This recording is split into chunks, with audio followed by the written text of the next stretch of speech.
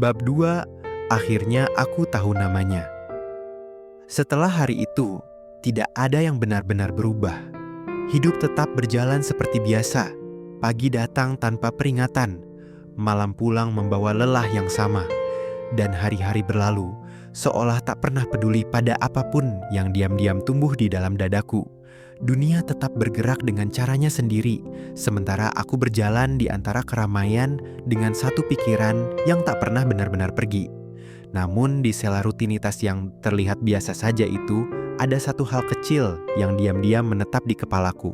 Sesuatu yang sederhana, tapi cukup untuk membuat setiap hari terasa sedikit berbeda dari sebelumnya. Aku masih muncul, masih menyapa, masih ikut berbincang, meski selalu dengan jarak yang sengaja kujaga. Tidak terlalu dekat, tapi juga tidak sepenuhnya menjauh. Seolah aku dan dirinya sama-sama berdiri di sebuah garis tipis yang tak pernah kami sepakati, namun sama-sama kami patuhi. Garis yang terasa aman, tapi diam-diam menyimpan rasa penasaran yang tak pernah benar-benar tenang. Seringkali aku bertanya pada diriku sendiri, apakah ia benar-benar menyadari kehadiranku? Atau jangan-jangan aku hanya satu dari sekian banyak nama yang lewat begitu saja di kolom komentar, muncul sesaat lalu tenggelam tanpa pernah benar-benar diingat. Pertanyaan itu sering datang tanpa diundang, muncul tiba-tiba, lalu menghilang dengan sendirinya. Namun setiap kali ia pergi, selalu ada sisa yang tertinggal.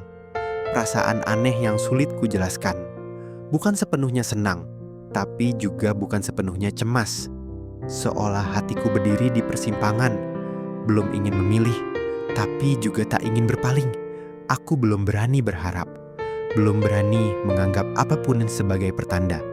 Aku tahu, terlalu cepat untuk menaruh makna pada sesuatu yang bahkan belum benar-benar dimulai. Terlalu berani untuk berharap pada seseorang yang bahkan mungkin tak mengenali wajahku, tak tahu siapa aku di balik layar.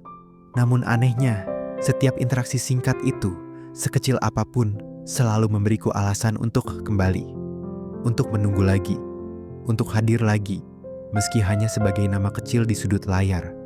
Dan tanpa kusadari, rasa ingin tahu yang awalnya sederhana perlahan berubah menjadi sesuatu yang lebih dalam. Bukan perasaan besar, belum juga bernama. Hanya dorongan kecil yang mulai mengetuk, meminta diperhatikan. Sementara aku sendiri belum yakin ingin membukakan pintu.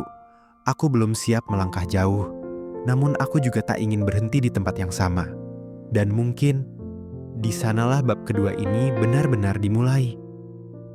Hari-hari berlalu seperti biasa. Aku tetap setia menunggu waktu-waktu di mana ia akan muncul dalam siaran langsungnya. Tidak selalu berkomentar, tidak selalu menyapa. Kadang aku hanya menjadi penonton diam. Seseorang yang memandangi layar ponsel lebih lama dari yang seharusnya. Seolah ada sesuatu yang ingin kutangkap dari sana. Aku melihat caranya berbicara, caranya tersenyum, caranya menanggapi komentar orang-orang dengan santai. Tanpa tahu bahwa ada satu orang yang memperhatikan lebih lama dari yang lain. Dan aku menyukai semuanya, tanpa berani menyimpulkan apapun dari rasa suka itu. Hingga suatu hari, setelah sekian lama menunggu tanpa ekspektasi, sesuatu yang sangat sederhana terjadi. Namun cukup membuat jantungku berdetak lebih cepat dari biasanya. Komentarku dibacakan. Aku hampir tak percaya saat mendengar suaranya menyebut kalimat yang kutulis. Rasanya seperti namaku sendiri dipanggil di tengah keramaian. Seperti keberadaanku tiba-tiba diakui, meski hanya untuk beberapa detik. Dia membaca komentarku. Perasaan itu sederhana, namun cukup untuk membuatku tersenyum tanpa sadar, bahkan setelah live itu berakhir. Sejak saat itu, keberanianku mulai tumbuh. Perlahan, ragu-ragu, dan setengah-setengah. Ada satu hal yang sejak lama mengusik pikiranku. Sebuah pertanyaan kecil yang terus berputar setiap kali melihat namanya terpampang di layar. Aku sendiri tahu betul rasanya bersembunyi di balik nama palsu. Nama akun TikTokku pun bukan nama asliku, hanya nama samaran, identitas maya yang kupilih agar tetap punya jarak aman dari dunia nyata. Namun entah mengapa, aku ingin tahu tentangnya. Bukan karena kepo semata, tapi karena ada rasa ingin mengenal. Meski hanya satu langkah kecil, meski hanya sebatas tahu. Maka Dengan keberanian yang kukumpulkan sedikit demi sedikit, aku menyelipkan satu pertanyaan di antara komentar-komentar lain yang terus mengalir di live itu. Apa aku boleh tahu nama asli kamu? Atau nama akun itu memang nama aslimu? Kalimat itu kutulis sambil menahan napas. Seolah aku baru saja melangkah satu langkah lebih dekat, tanpa tahu apakah langkah itu akan disambut atau justru diabaikan. Aku sempat berpikir, mungkin pertanyaanku akan tenggelam. Mungkin akan terlewat, seperti komentar-komentar lain yang tak sempat dibaca. Namun ternyata, ia berhenti sejenak. Tatapannya berubah. Alisnya sedikit mengernyit saat membaca komentar yang melintas. Dan detik itu terasa begitu lama bagiku. Terlalu lama untuk sesuatu yang sebenarnya sederhana. Lalu, ia menjawab, "Nama aku Rizkawati, tapi biasa dipanggil Rizka." Entah mengapa, mendengar namanya diucapkan langsung dari mulutnya terasa berbeda. Nama itu sederhana, tapi sejak saat itu rasanya menetap di kepalaku.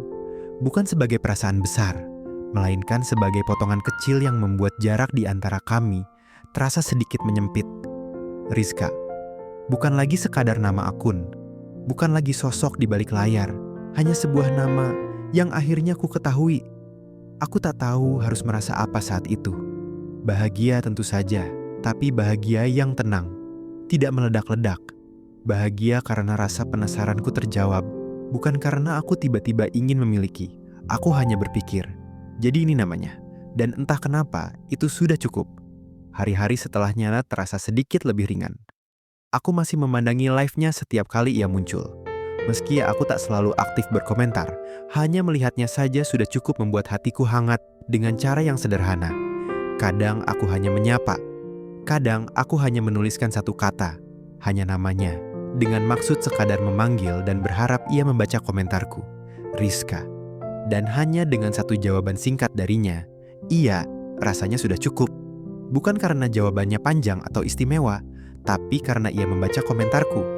Karena keberadaanku setidaknya saat itu tidak sepenuhnya hilang. Waktu terus berjalan, dan rasa ingin tahuku kembali tumbuh. Kali ini tentang hal yang sedikit lebih personal, namun masih dalam batas yang kuanggap wajar. Tentang tempatnya berasal, tentang di mana ia menjalani hidupnya sekarang. Aku sempat ragu, takut dianggap terlalu ingin tahu, takut melangkah terlalu jauh dari garis aman yang selama ini kujaga. Namun pada akhirnya, rasa penasaran itu kembali menang. Maka aku menuliskan satu pertanyaan lagi di kolom komentar. Kalau boleh tahu, Rizka tinggal di mana? Ia kembali membaca komentarku. Kali ini, dahinya sedikit berkerut lebih lama. Seolah ia benar-benar menimbang, apakah aku pantas mendapat jawaban itu? Aku menahan napas, menunggu, dengan perasaan yang sulit dijelaskan. Lalu ia menjawab, aslinya dari Lampung, tapi sekarang masih di Jakarta. Lagi merantau, kerja di salah satu PT di sini. Saat itu, aku tersenyum sendiri menatap layar ponsel. Entah mengapa, mengetahui ia berasal dari Lampung terasa seperti menemukan satu kepingan kecil dari dirinya. Informasi sederhana, namun cukup membuatku merasa sedikit lebih dekat tanpa merasa berhak atas apapun. Bahagia, bahagia yang pelan, bahagia karena tahu, bukan karena ingin memiliki. Hari itu, aku tahu lebih banyak tentangnya dibanding hari-hari sebelumnya. Dan meski hubungan kami masih sebatas layar dan kolom komentar, ada sesuatu yang berubah perlahan. Bukan pada jarak kami, tapi pada caraku menunggunya. Aku belum tahu kemana semua ini akan berakhir. Aku belum tahu apakah kisah ini akan membawa bahagia atau luka. Namun saat itu, aku hanya tahu satu hal. Aku ingin terus mengenalnya, sedikit demi sedikit, tanpa tergesa, tanpa memaksa. Dan tanpa aku sadari, aku mulai menunggu lebih dari sekadar live berikutnya. Sementara hatiku masih tenang, rasa penasaranku justru semakin hidup. Dan mungkin bab ketiga akan dimulai bukan dari pertanyaan baru, melainkan dari sesuatu yang tak lagi bisa kuabaikan.